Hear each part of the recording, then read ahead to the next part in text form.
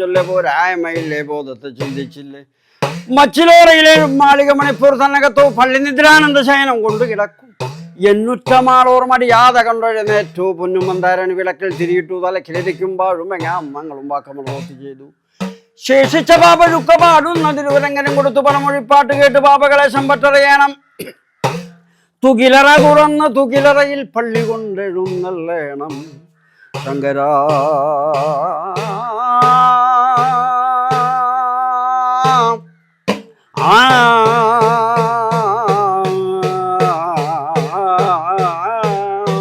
നാരായണ. നമസ്കാരം.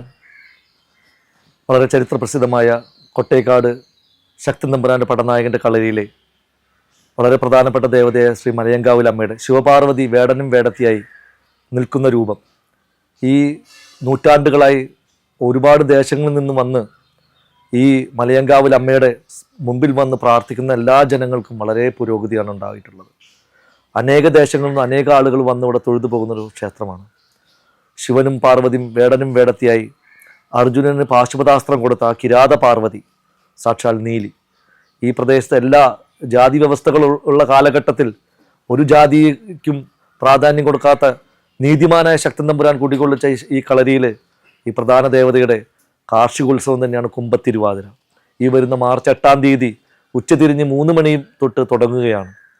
അനവധി ദേശങ്ങളിൽ നിന്ന് ആളുകൾ വന്ന് ഇന്നും ഇവിടുത്തെ ഈ പൂജയിൽ പട്ടും തട്ടും സമർപ്പണവും ദമ്പതി പൂജ, താലി പൂജ എന്നിങ്ങനെ 3 കർമ്മങ്ങളും നീലിയാട്ടവും നടന്ന് അതിഗംഭീരമായ ചടങ്ങുകളോടാണ് നടത്തപ്പെടുന്നത്. ഇതൊരു കാർഷികോത്സവം തന്നെയാണ്. മകരത്തിലെ കൊയ്ത്ത് കഴിഞ്ഞ് കുംഭം തിരുവാതിര ആഘോഷിക്കുമ്പോൾ ധനുമാസത്തെ തിരുവാതിരയിൽ കൂടി ആഘോഷിക്കുമ്പോൾ കുംഭത്തിലെ തിരുവാതിരയ്ക്ക് വളരെ പ്രാധാന്യമുണ്ട്. കാരണം കാർഷികോത്സവമാണ്.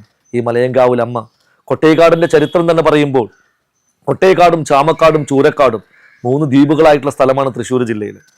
അന്ന് ദ്വീപായ കാലഘട്ടത്തിൽ ചൂരക്കാട്ടിൽ നിന്നും ഓടവെട്ടി കൊണ്ടുവന്ന് ഇവിടെ കൊട്ട നെയ്ത് ധാന്യങ്ങളും പദാർത്ഥങ്ങളും അന്യ സ്ഥലങ്ങളിലേക്ക് എത്തിച്ചേർത്താൻ വേണ്ടി ഒരുപാട് ജനങ്ങൾ കഷ്ടപ്പെട്ട് കൊട്ട നെയ്ത് ആ പദാർത്ഥങ്ങൾ ഇവിടെ നിന്ന് വഞ്ചിക്കുളത്തിൽ നിന്നും കണ്ടശങ്കടുവിലേക്ക് വള്ളത്തിലെത്തിച്ച് അവിടെ നിന്നാണ് പദാർത്ഥങ്ങൾ മറ്റു ദേശങ്ങളിൽ കൊണ്ടുപോയിരുന്നത്.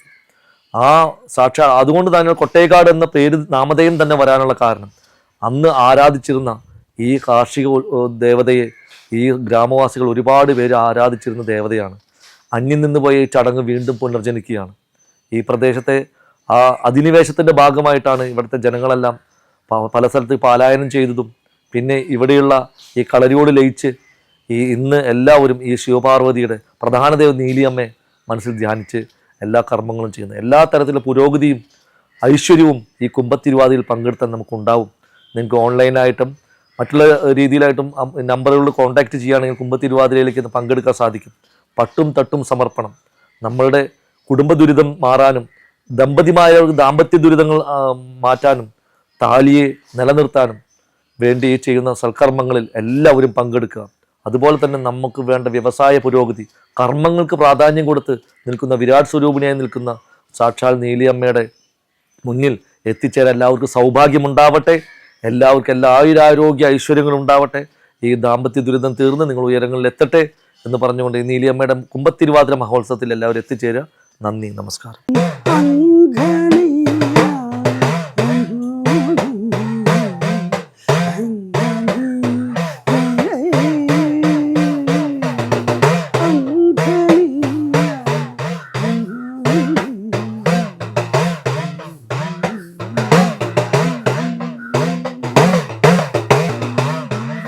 എൻ്റെ പേര് കുമാരൻ എന്നാണ്. ഞങ്ങളിവിടെ ക്ഷേത്രത്തിൻ്റെ കാര്യങ്ങളും ഇതൊക്കെ ആയിട്ട് കൊണ്ട് നടക്കുന്ന ആൾക്കാരാണ്. അപ്പോൾ ഇവിടെ ഈ കുംഭമാസത്തിലെ കുംഭത്തിരുവാതിര എന്ന് പറഞ്ഞിട്ട് ഈ മലയങ്കാവിലെ അമ്മ, മലയങ്കാവിലപ്പൻ അവരൊരു പിറന്നാൾ ആഘോഷമാണ് അത്.